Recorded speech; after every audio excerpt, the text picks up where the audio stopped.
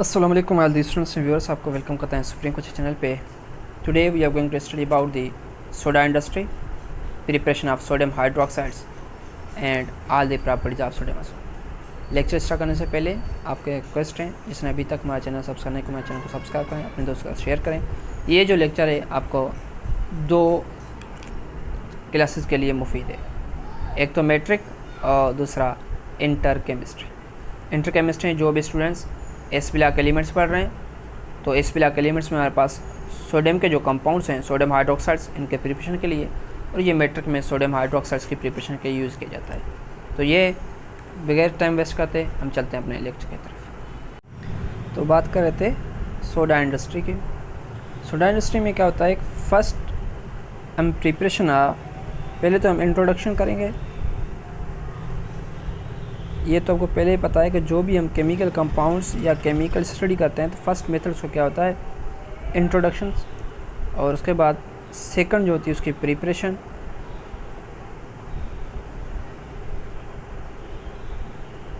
Third जो होता है उसका फिज़िकल प्रॉपर्टीज़,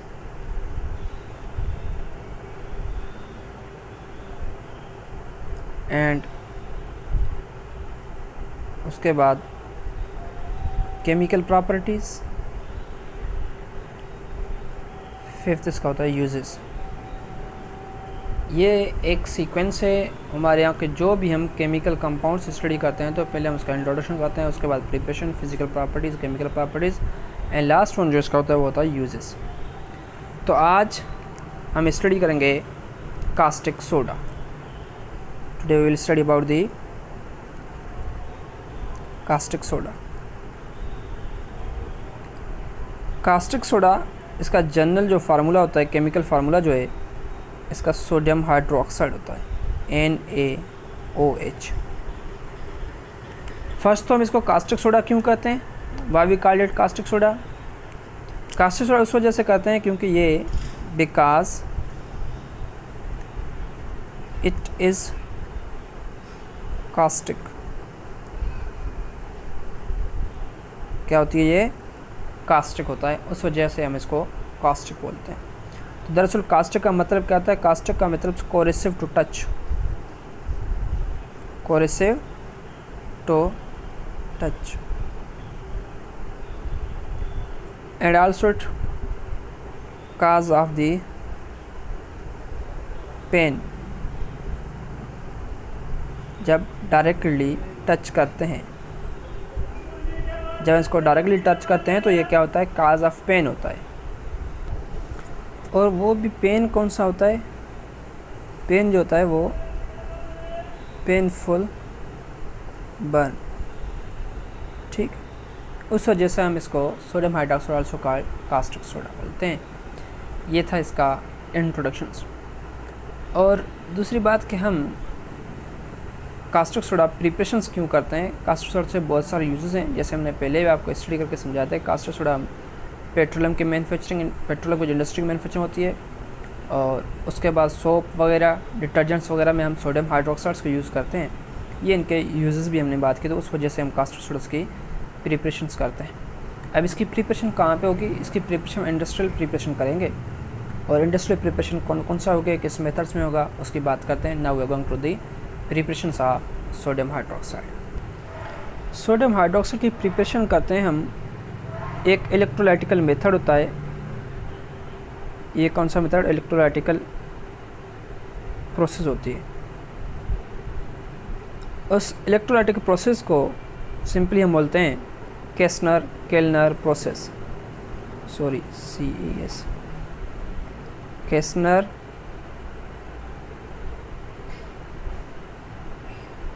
केल्नर्स प्रोसेस। अब इसमें जो केस्नर केल्नर प्रोसेस होता है, ये दरअसल एक इलेक्ट्रोलाइटिकल सेल है। तो इस सेल की कंस्ट्रक्शन की बात करेंगे और सेल किस तरीके से कंस्ट्रक्ट है। पहले तो आपको ये एक बात भी पता है कि जो इलेक्ट्रोलाइटिक प्रोसेस को बोलते हैं, तो इलेक्ट्रोलाइटिक प्रोसेस में क्या क्या होता है वो भी आपको पहले भी जहन में होगा कि इलेक्ट्रोलाइटिक प्रोसेस में हमारे पास इलेक्ट्रोलाइटिक रिडक्शंस रिएक्शंस होते हैं, इलेक्ट्रोलाइसिस होती है। इलेक्ट्रोलाइसिस में हमारे पास जो रिएक्शंस होते हैं, एक तो रिएक्शंस जो होता है ऑक्सीडेशन, और सेकंड रिएक्शन जो होती है वो कौन सा रिएक्शन होता है, रिडक्शन। ऑक्सीडेशन रिडक्शन रिएक्शंस जहाँ पे भी होंगे, जहाँ पे ऑक्सीडेशन होगा हम उसको क्या बोलते हैं, एनोड, और जिस जगह पे रिडक्शन रिएक्शन होगा हम क्या बोलेंगे, कैथोड। तो मीन्स हमें ये बात का भी कंफर्म हो गया कि ये जो इलेक्ट्रोलाइट सेल है consist of anode and cathode, जहाँ पे ऑक्सीडेशन रिडक्शन होती है। और अगर हम बात करें कि ये इलेक्ट्रोलाइटिक प्रोसेस की केस्नर केल्नर सेल्स की, तो केस्नर सेल कंस्ट्रक्ट किस तरह से गया है, उसका डायग्राम और स्ट्रक्चर की बात करेंगे। और इस इलेक्ट्रोलाइटिक प्रोसेस को या आप केस्नर केल्नर जो सेल हमारे पास केस्नर केल्नर प्रोसेस को एक अनदर नेम से पुकारा जाता है, जिसको सिंपली मर्क्यूरी कैथोड प्रोसेस बोलते हैं। Mercury cathode process. क्यों मर्क्यूरी कैथोड प्रोसेस बोला जाता है, क्योंकि यहाँ पे जो मर्क्यूरी होती है वो एज अ कैथोड तौर यूज़ करता है। सिंपली जब इस कंस्ट्रक्शन की बात करेंगे वहाँ पे आपको समझाएंगे इसकी कंस्ट्रक्शन किस तरीके से होती है। करें कंस्ट्रक्शन ऑफ केस्नर केल्नर सेल की, तो कंस्ट्रक्शन ऑफ केस्नर सेल जो है बिल्कुल ईजी है, ये आपके सामने आपको समझाएं किस तरीके से होता है। यहाँ पे आपको पता है ये इलेक्ट्रोलाइटिक सेल है, जिसमें क्या होता है कि एक तो एनोड और दूसरे जो सेल होता है वो क्या होता है, कैथोड सेल्स होता है। ठीक है, अब ये भी आपको पता है कि एनोड जो है यहाँ पे ऑक्सीडेशन होती है, कैथोड किसको बोलते हैं, जहाँ पे रिडक्शन रिएक्शन हो वहाँ पे हम उसको क्या बोलते हैं, कैथोड बोलते हैं। एनोड कौन से होते हैं, यहाँ पे टाइटेनियम के राड्स होते हैं, टाइटेनियम के प्लेट्स जो होते हैं, दरअसल ये वर्क एज एनोड्स पर काम करते हैं। और सेकंड जो कैथोड होते हैं, एनोड की बात करें तो एनोड जो होते हैं वो टाइटेनियम प्लेट्स होते हैं, कैथोड जो होता है स्ट्रीम ऑफ मर्क्यूरी होता है। अब यहाँ पे कुछ पॉइंट्स ये होते हैं कि टाइटेनियम एज एनोड्स तो काम कर रहे हैं, एनोड्स पे जो रिएक्शंस होता है वो कौन सा रिएक्शंस होता है, एनोड पे ऑक्सीडेशन रिएक्शंस होती है।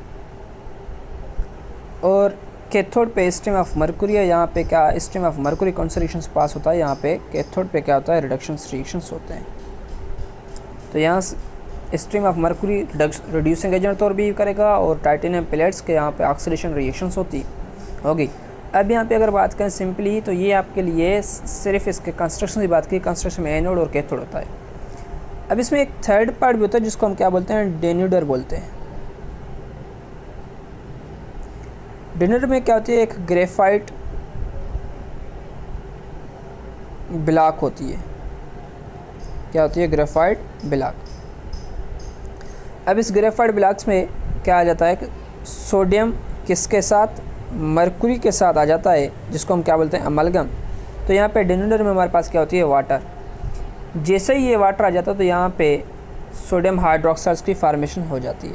कौन सा, सोडियम हाइड्रोक्साइड्स, और प्लस हाइड्रोजन गैस यहाँ से लिबरेट होती है। इसका बात तो बाद में करेंगे, मगर मेरे पास बताने का पार्ट ये था कि इसमें जो थर्ड पार्ट होती है उसको क्या बोलते हैं, डेन्यूडर बोलते हैं। एनोड, कैथोड और डेन्यूडर। अब इसमें जो स्ट्रक्चर है, डायग्राम है केस्नर केल्नर सेल का, उसकी बात करते हैं किस तरीके से बनाया जाता है।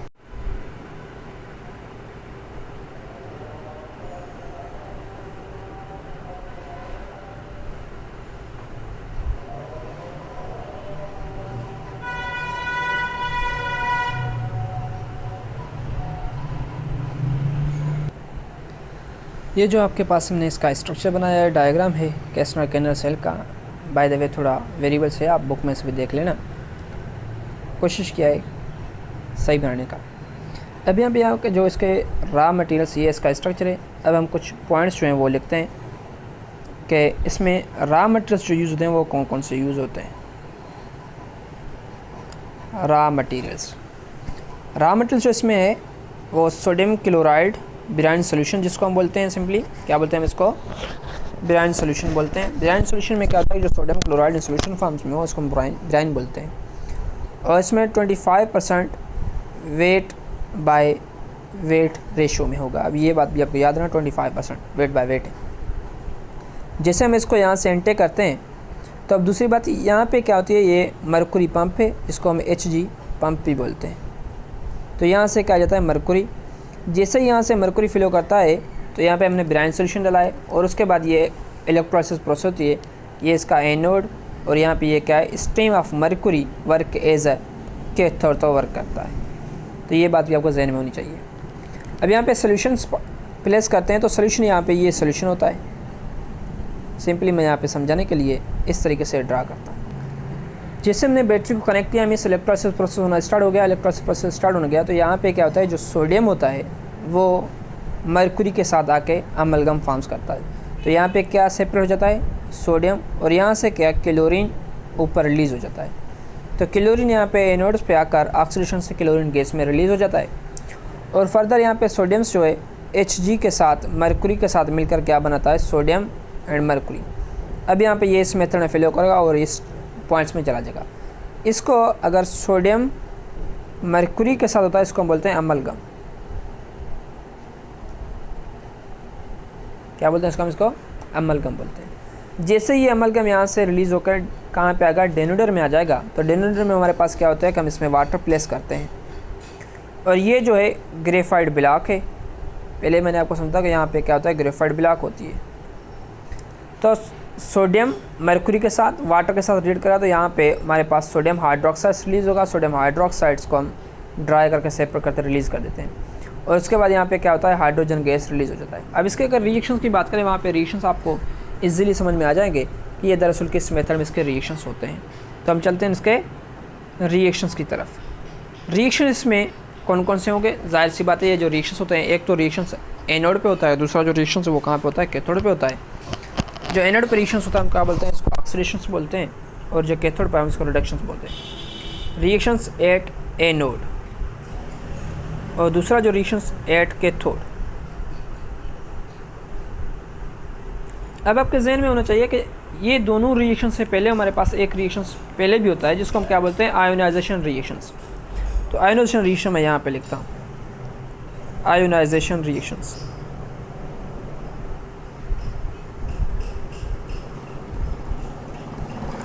आयोनाइजेशन रिएक्शंस ये होता है कि जो सोडियम क्लोराइड है आयोनाइज होकर सोडियम प्लस और माइनस क्लोरीन में चेंज हो जाता है।